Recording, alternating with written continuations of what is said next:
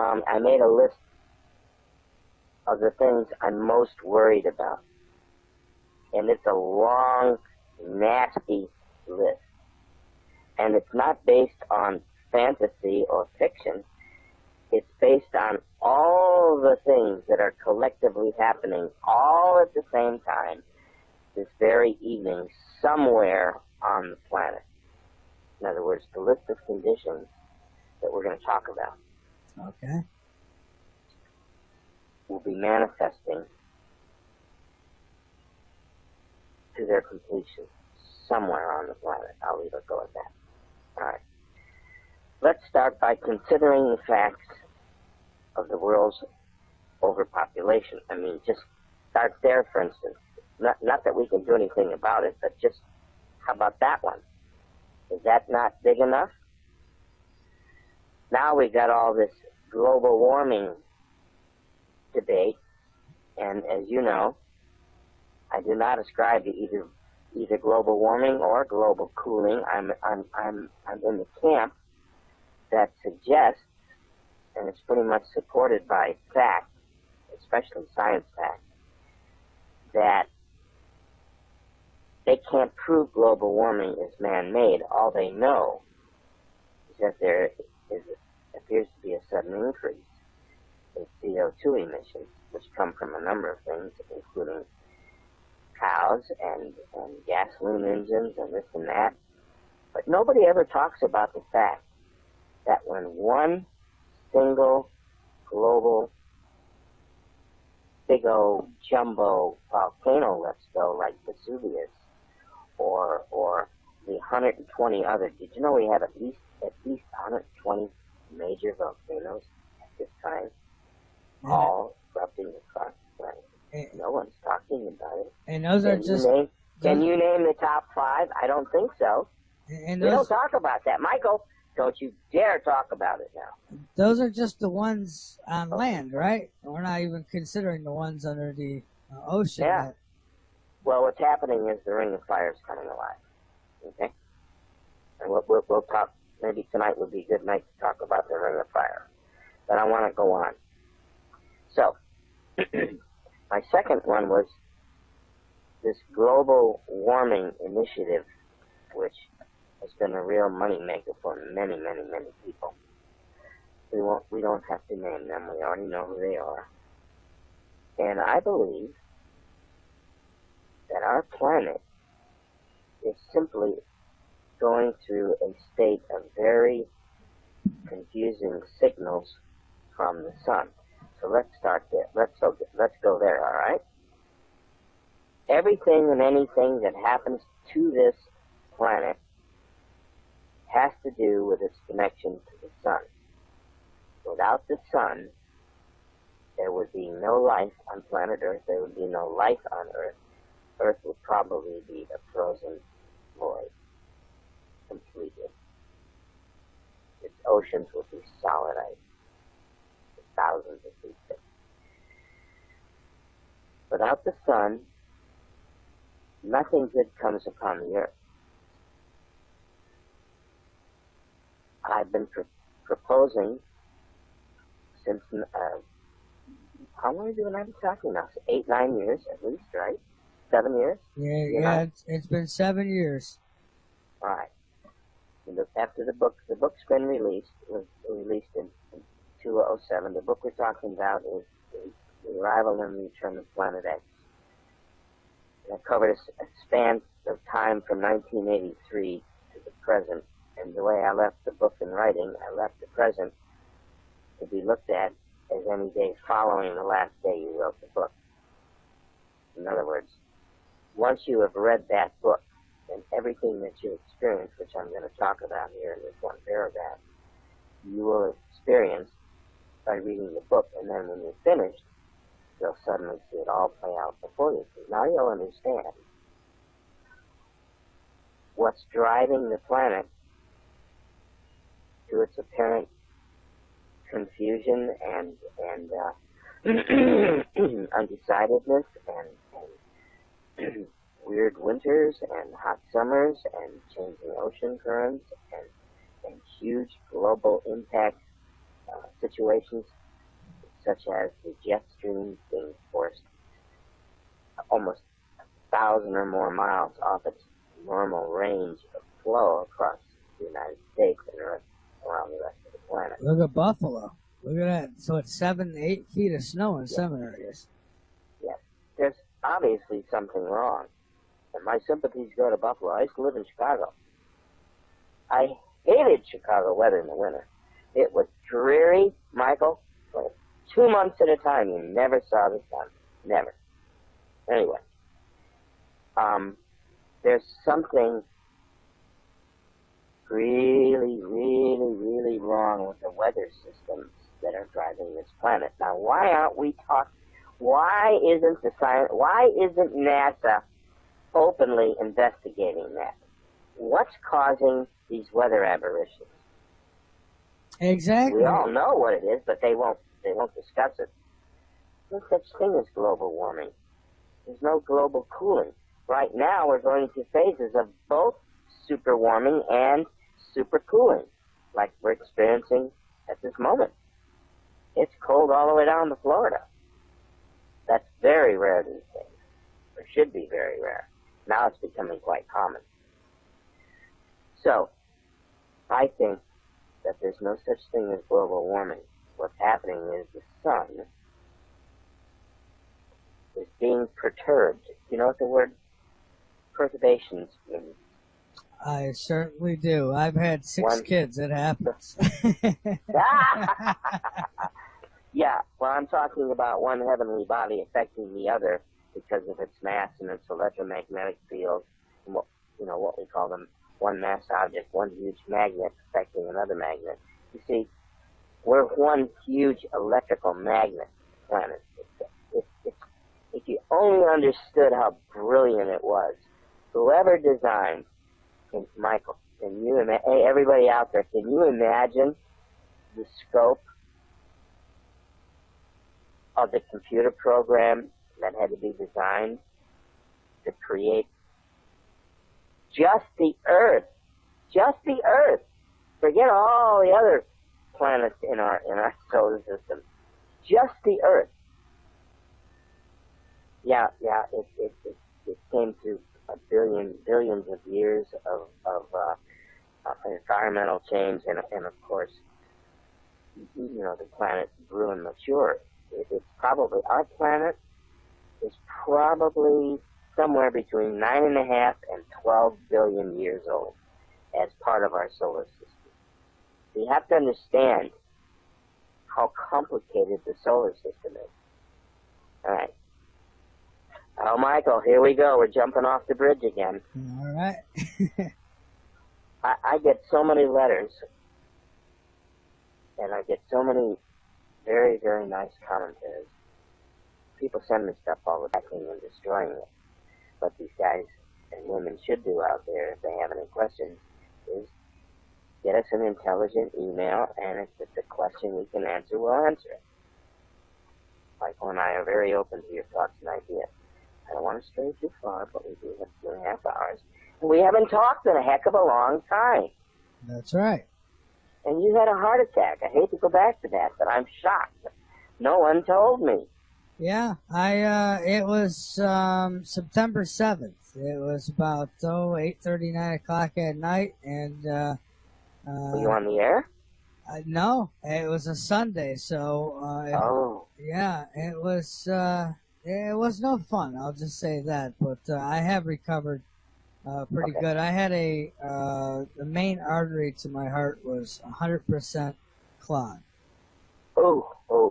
Yeah. Not a good thing. So they put a stent in. Well, I'm lucky they were able to stent it, because if not, they would have wanted to do some open heart surgery, and Mike don't like that.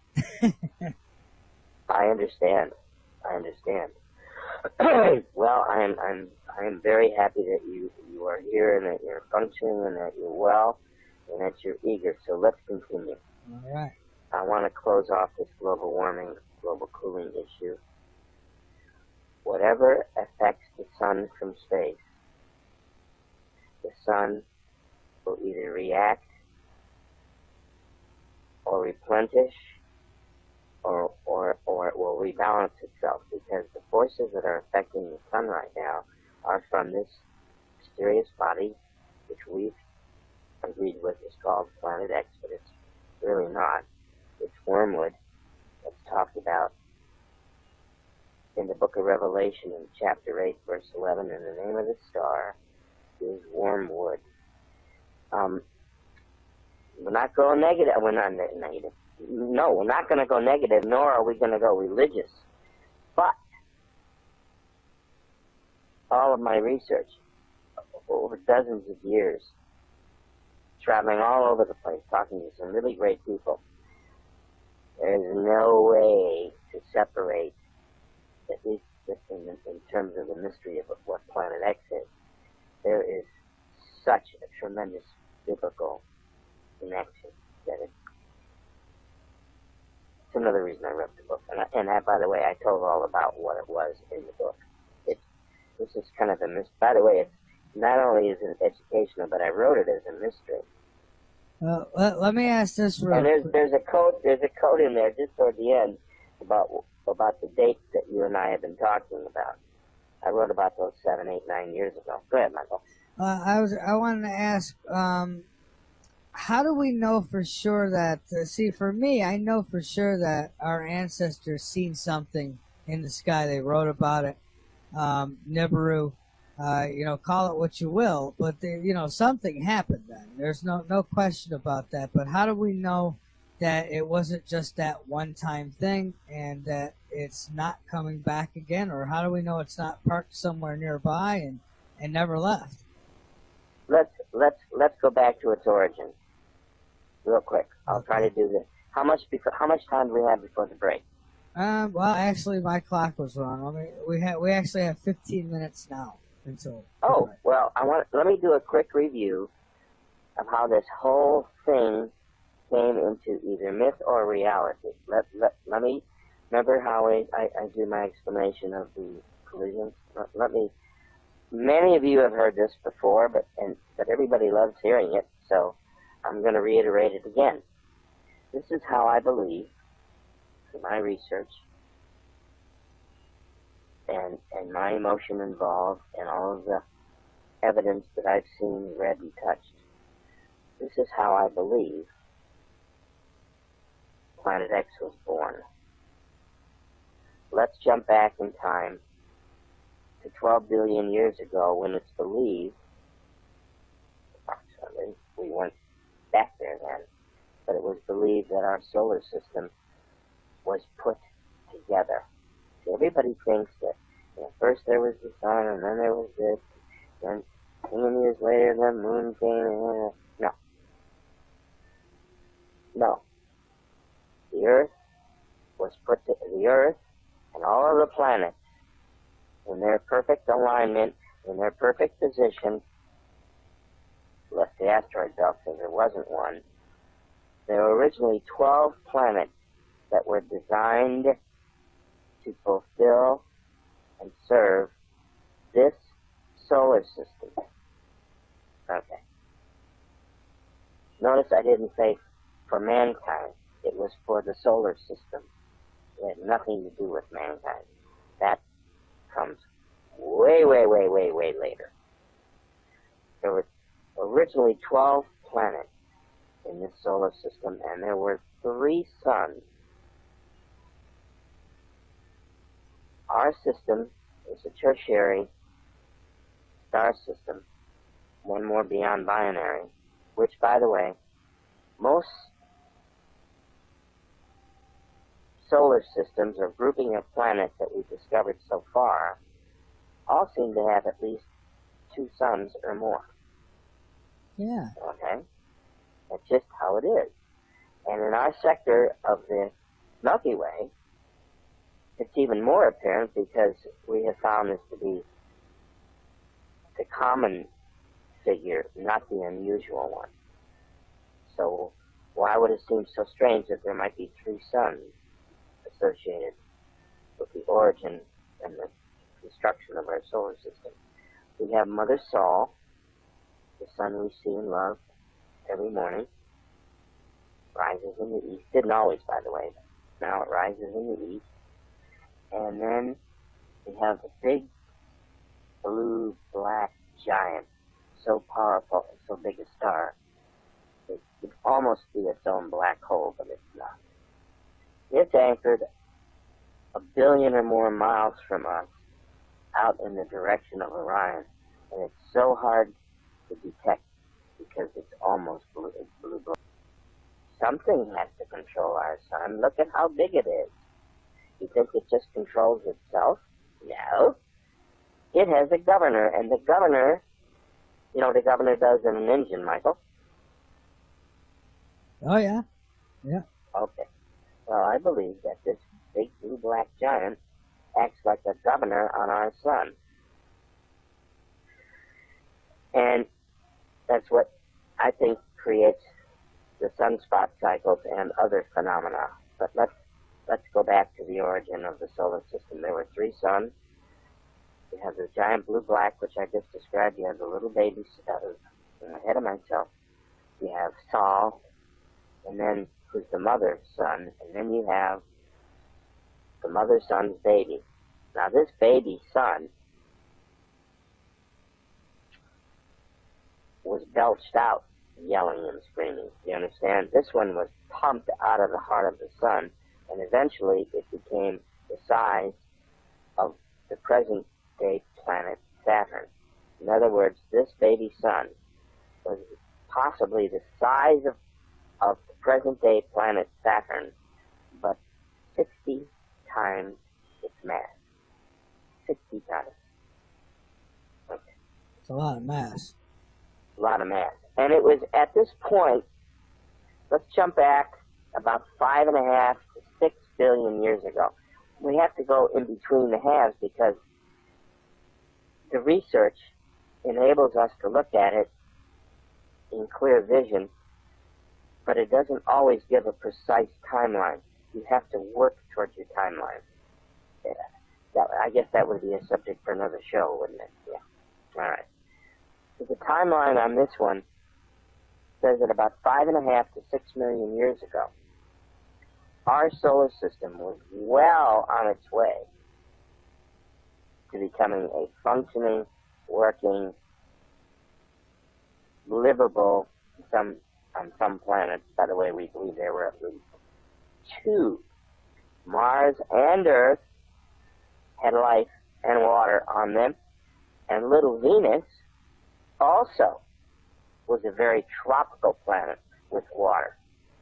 But then the terrible thing happened. So we believe that there were at least 3 planets capable of bearing life. That was the original game plan that whatever or whomever the God force was that created it had it all figured out way before it happened. Now, some of the other planets were gaseous planets, which we know about. And there was this very weird, strange, colossal piece of rock, which the ancients named Marduk. And Marduk resided between Mars and Jupiter. And it just was there. And that, by the way, is the exact location of the present-day asteroid belt. So why is that important? Well,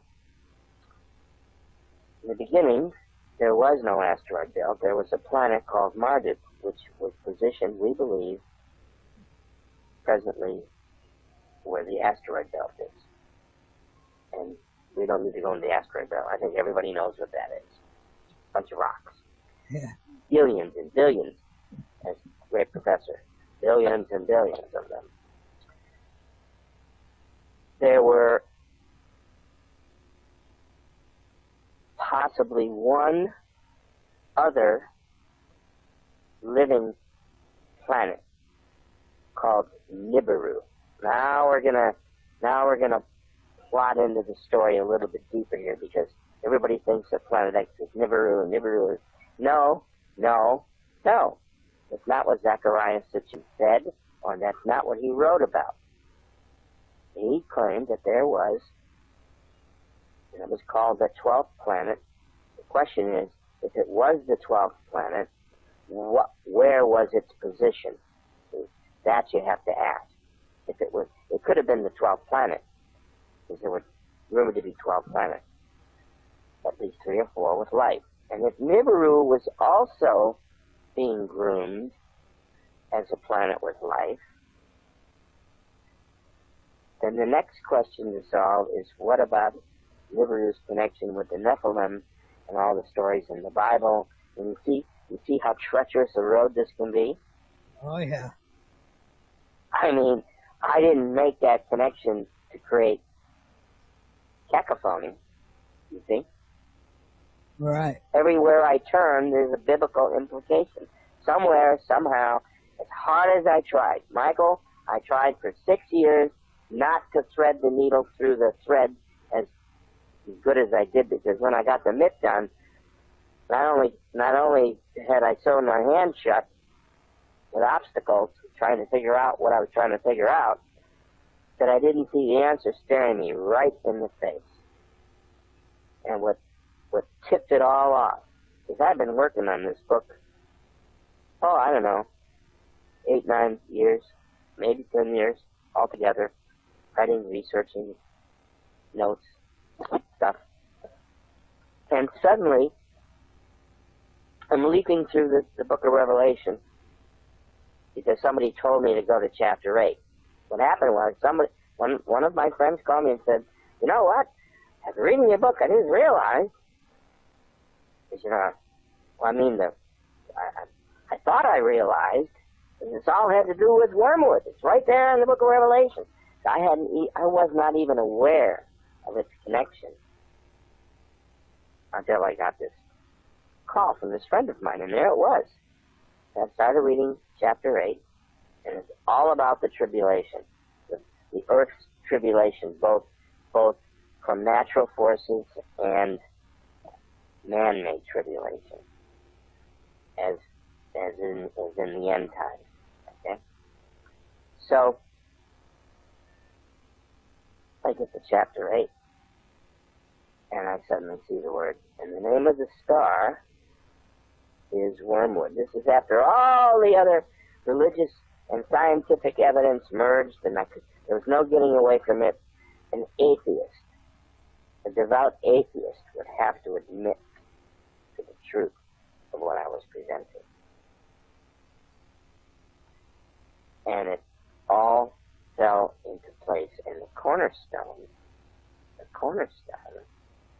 was the book of Revelation, and this whole thing with wormwood, because every 3,600 years, this phenomenon occurs where the celestial body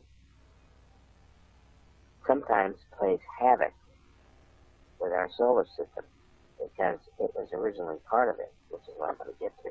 I think I want to save that climax thing until after the break, and I'll work our way up to it. How's that? All right, that sounds good. Tell you what, why don't we take that break now? Right, so we are back. We've got a whole lot of time. We don't have another break for an hour, so let's do this.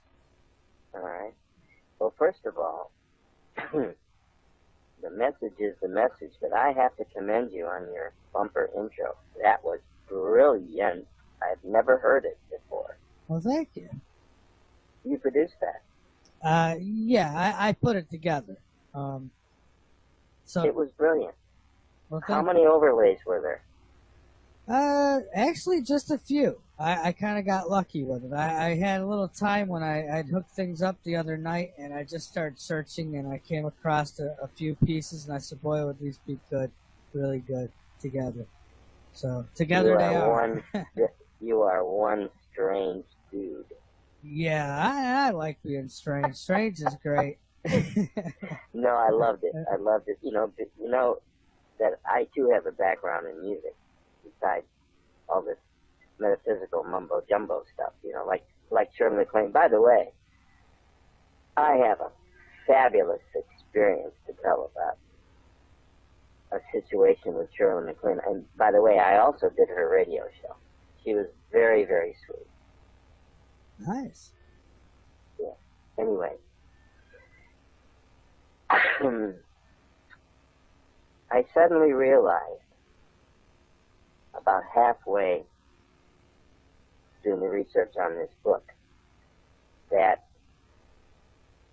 I was starting to have kind of a religious awakening experience after years and years and years of I really don't need anything because I'm not really that bad a person, coming from my Catholic battered childhood.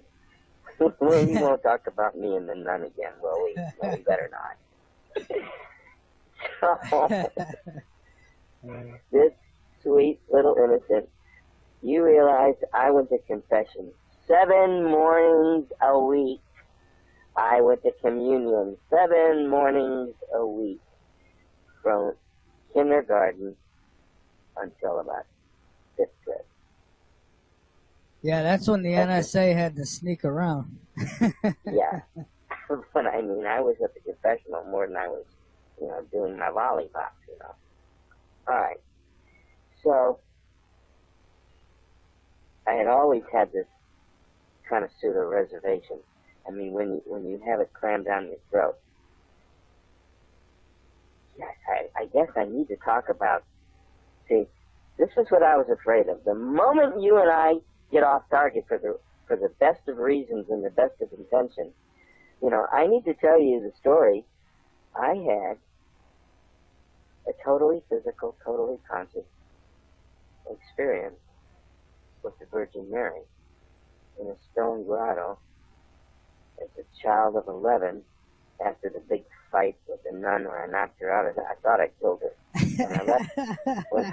When I left the classroom, there she was, Sister Mary Rosetta, lumped in this horrible position, her legs juxtaposed, her head, she had a gash in the back of her head where she hit the back of the chalkboard, and the piece of chalk cut her. But my fist landed square nose, and I broke her nose and her glasses until she passed out. She fell back against, it was awful. She fell back against the blackboard, and I could hear her nail down there.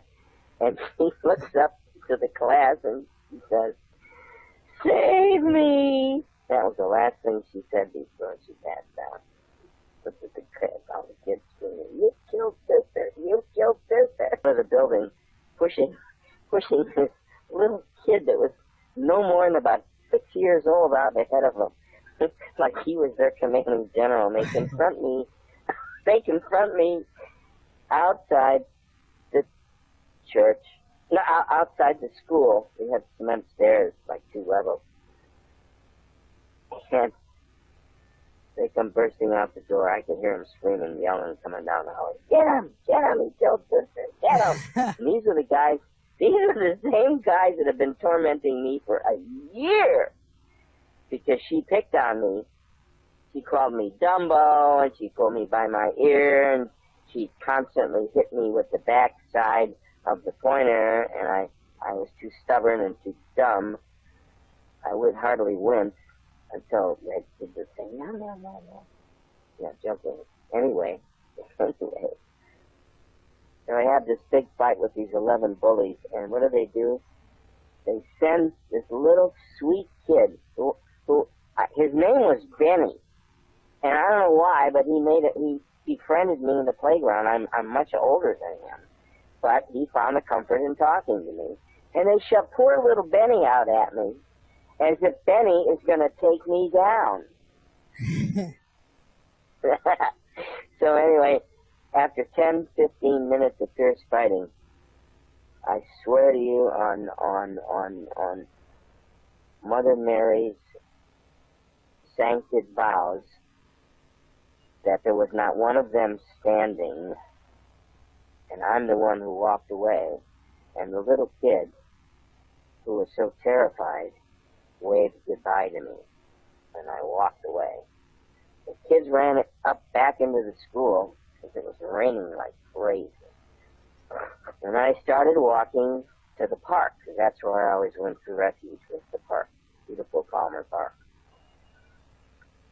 But it's April, and it's cold, and it's almost foggy. It's probably no more than 45 degrees in early April. And I get castigated. I'm out of the school building, and I'm walking past the place where the nuns are in. What's that called, Michael? Not the nunnery. I know what you're talking about. Convent. The convent. So I had to walk past the convent. And as I'm walking past the convent where the Sister Mary Rosetta will probably be taken if in fact I killed her, as I'm walking by, and my little soul is saying to myself, and this is where they're going to bring her body. Remember that. What an awful thing to be thinking. This is how guilty I felt. Can I ask what led up to knocking her out? Well, she beat up on me every day. This time, what pursue? Oh, okay, I can do that in a minute. Okay. That particular day we were doing, I think it was World Global History. And it was how absolutely marvelous Columbus was and all the wonderful things that he did. And he discovered America and all the facts were wrong. All she was spewing at us was a generalized, oversized view of how she saw it, not how it was in reality. When in fact, Christopher Columbus was the first man sailor to introduce slavery into the world. He brought back slaves. No one ever talks about that. Horrible. He also killed a lot of people too. Yes. So I listen to this stuff. So that day came. Columbus, when the Columbus Day came, she started in again. Because I had heard all this in the 5th grade. See, I got stuck with her in the 5th and the 6th grade. Can you imagine my despair? Michael, my utter crushing despair when I walked into the 6th grade class, determined to make a new start. She was in 5th grade. She destroyed my entire world of the school. I don't mean to laugh, but boy, this is the settings of a good funny Christmas movie. It's like an Agatha Christie murder, and I got away with murder because I was sure I had killed her, right? Yeah. What happened was that day, she brought up the subject of Columbus again, and I'm not sure why she brought it up. All I thought to myself was, oh crap, here we go again. And I raised my hand. She marches me to divorce. She said, now I want you to solve that equation. She said, and I want you to do it now. This was the equation that the class had no idea where she got it from. Nobody knew. And how I figured it out was my uncle. Remember I told you my uncle, the one that was one of the Roswell photographers? Remember? Oh, yeah. My Uncle Sam? Well, he helped me figure out the equation. So I just had it in my head, right? Well, I thought to myself, yeah, I got the equation, and I'll be damned if I'm going to give it to you. And I took the piece of chalk, and I broke the piece of chalk, big, white, long piece of chalk, and I put it in the tray, and I said, you solve it. Well, she reared back, and she raised up. What she used to do is, the big old thick pointers with the big fat handle and the thin points with the rubber thing on it. Remember those? Oh, yeah. Yeah? Well, she'd turn it around, and she'd have the skinny part in her hand, and she'd hit me across the back and the shoulders and the neck sometimes with the fat end. And all the kids thought that was yay! Ooh, it was great. It was like, kick the slaves, Yeah. Well, and Anyway, I thought to myself, no, not today. You know, I said, my little self, I'm 11 years old. In fact, I had a birthday coming up. I was soon to be 12 years old. I was going to be a big boy. And I thought to myself, hey, sis, not today, not this time. So I see the big fat butt of the pointer coming right down, aimed right at my neck and my back. And I simply step back and I grab it out of her hand, pull it back. She totally loses control, busily spins out, and she starts flying at me with her hands and her fingers like claws coming at me. And I simply step back. Oh, this is horrible, Michael. And I nailed her with a punch. I spun her around, and as she smashed into the back of the blackboard, and it split all the way down 20-some feet. It split Michael from where her head hit it. It went all the way down to the end of the last row. That was probably $1,000 damage right there. I have all this guilt going on, and I'm walking past the nunnery, and, you know, the convent, and then my little boy says, you know, this is where they're going to bring this body you to kill.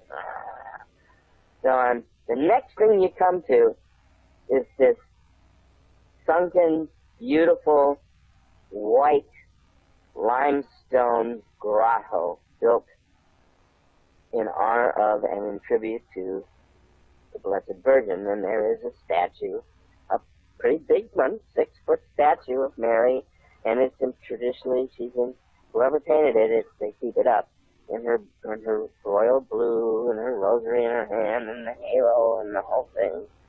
The statue, and it's really, really impressive, Michael. You almost have to say, wow, that looks like that's a real, person. And it sits on a white altar.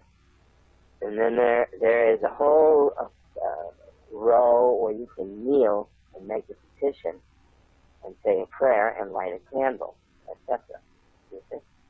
Mm-hmm. For the grotto. It was a grotto to the Blessed Virgin Mary. Well, I would often go there in my moments of terror with the nun, because that was the only place that I found solace and peace and quiet, away from her brutality, was to go there. And I was fine.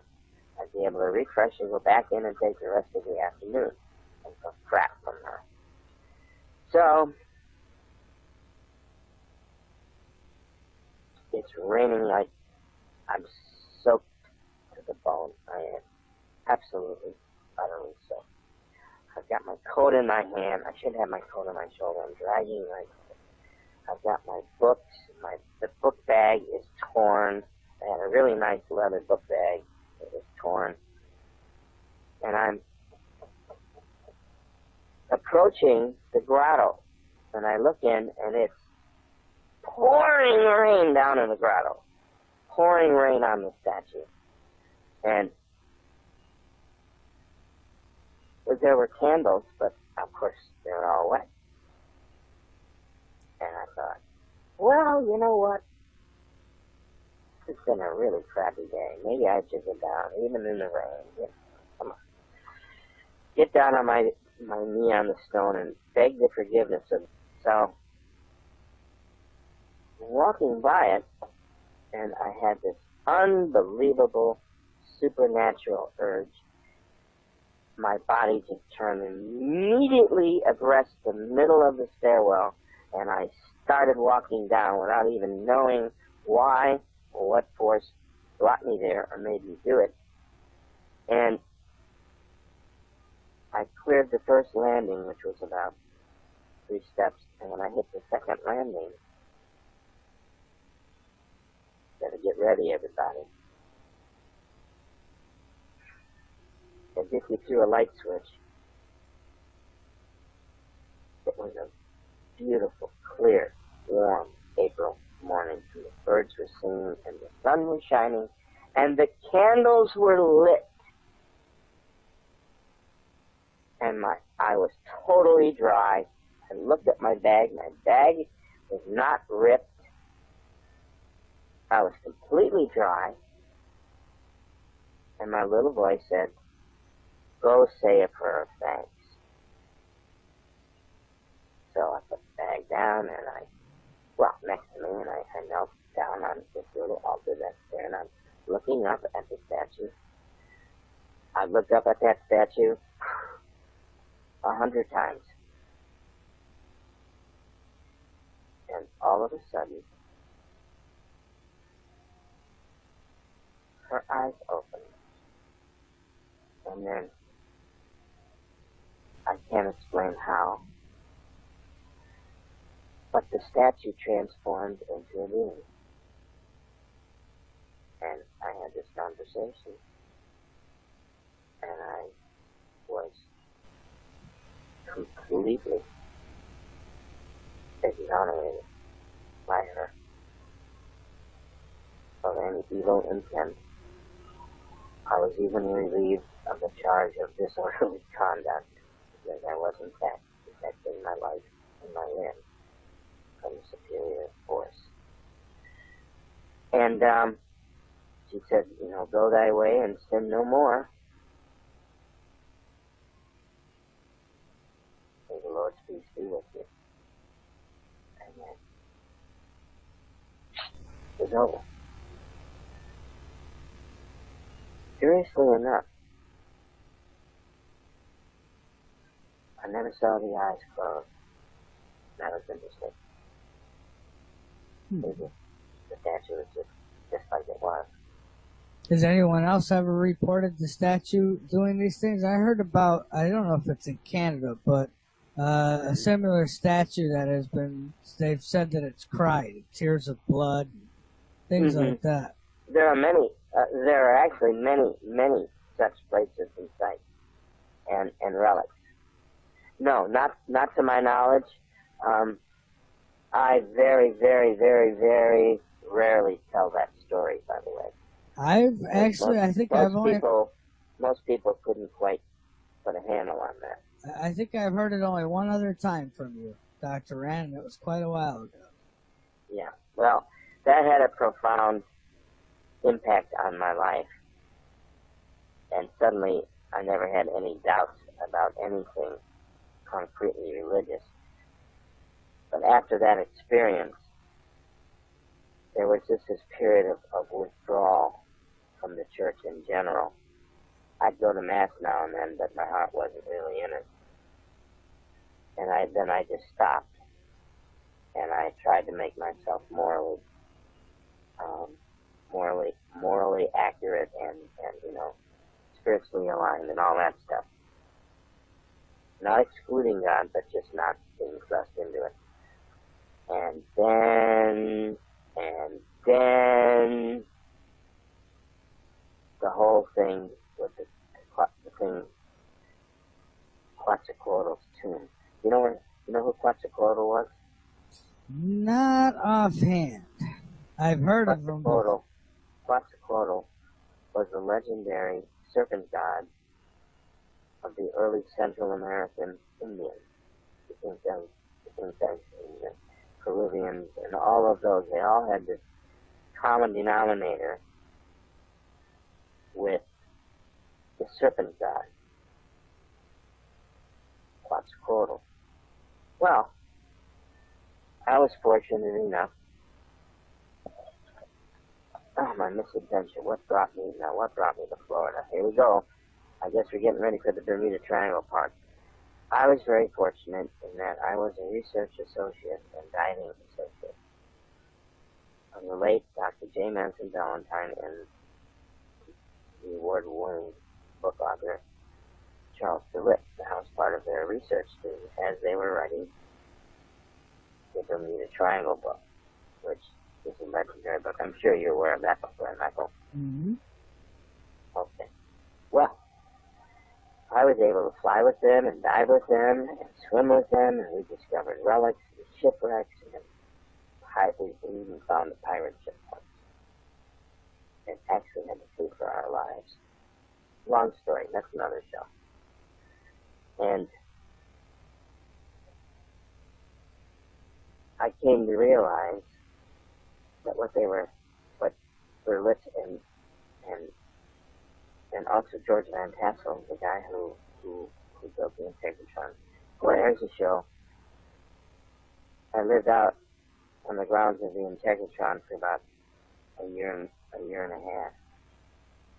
Talk about UFOs and ETs and everything. That's another show too. I realized that this whole thing was coming together. All this mumbo jumbo stuff, me, stuff that I had experience at 11 on the ship up in Canada. We talked about that. That was been covered on 2 or more shows ago. Oh yeah. All right. Being contactee, you very quickly come to understand the thin veil of reality between the truly bizarre and the real, quote, UFO lore. Most people still chuckle. Oh, what they need to learn. All right. We are facing a period in the next 16 to 18 months that may be testing our true metal. I want to get to reading this stuff, but how much time? We still got, what, an hour and a half? Yeah, we do. And we got another half hour I'm just having before the fun break. talking with you. It's not like, oh, we have to do an interview or we have to do this. But I do need to get to reading this material. Okay. What's all that conversation have to do with is the fact that the occult and the religious and the UFO and the scientific, they're all linked together. You can't have one without the other. That is how reality is on this planet. By the way, the ETs call this the planet of obstruction. Isn't that interesting? It is. Everything's a struggle here. All right. I want to finish a little baby something about 4.5 to 5 billion years ago. A large rock, a huge asteroid, probably a planetary-sized asteroid. Okay, I'll use that as a description. Came roaring out of the void, and it was targeted to intersect with planet eclipse. And when you've been to a planetarium, when you look up and you see the sun, right? And then you see all the planets displayed. You've seen the planetariums, Fred, everybody out there, right? I sure have. And you see the 9 planets, and you see the asteroid belt, and you see Pluto, and you see everybody's out there. And what you don't see is the blue-black giant, and you don't see Wormwood. Okay. Wormwood was born from a celestial tragedy that happened about 4.5 to 5 billion years ago when this huge asteroid came smashing through the plane of the ecliptic of the solar system. And it was in opposite direction to its rotation. Okay. Our sun, all the planets, everything in our solar system rotates counterclockwise. Rule science. Everything. And interestingly enough, the galaxies all swing counterclockwise, as do all the solar systems and all the star groups and all the galaxies. They all swing counterclockwise. Just reality, folks. No one knows why, for sure. But that's it. Well, this object came smashing in at the opposing. It's like 2 freight trains. This planetary-sized rock, probably the size of Earth, but maybe larger, came smashing through the plane of the ecliptic, just like you see it up on a planetarium. And it hit several of the outer planets, destroying them. It may have dislodged, if there was a 12th planet, it may have dislodged Nibiru from wherever its position was in orbit. If there was a 12th planet, this is when it happened. And when this rock came through, it had a head-on collision with Marduk. This giant rocky planet Marduk is hit head-on of two freight trains with this huge rock. And it burst both of them into billions and billions and billions of pieces of space debris, which coalesced and became what we believe is the asteroid belt, just outward from Mars. Okay. It further came in and probably hit Earth or glanced at a blow. It's the blow that is believed by some, including Dr. Valentine and Charles Berlitz, that a huge piece of this planetary debris from Marduk and the space monster hit Earth approximately where the Mediterranean Sea is.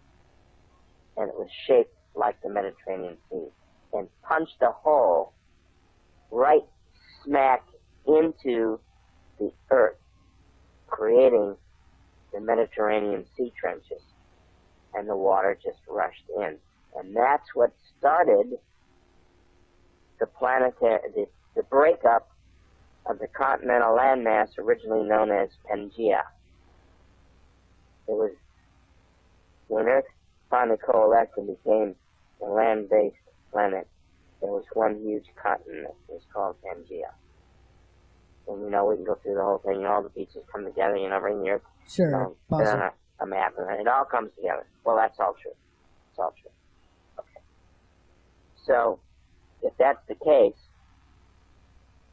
that was a seminal point in the history of our planet because it started to further define the breakup of continents. Okay, what does all this have to do? Well, as this huge piece of space debris is still careening inward toward speculations. But it does come back from the region of Orion that comes up and under the back side of the sun. That's why we really never get to see it back there. At least this time we didn't. We see it now, but with great difficulty and expensive photography. Well, here's what. Let me tell you what a few people kind of argue about that with me, and they say that, well, when people tell you it's in the backside of the sun or behind the sun, it's told to me, well, we go around the sun. So at what point, at some point, we should be on the same side, and that's what I get told by some out there. What do you say to something like that? Well, it's coming up. It's been coming up, and I believe now it's about ready to arc out again. And this arcing out will be on or about September 18th, 2016. On or about that date, give or take 24 hours. And that date could signal a major global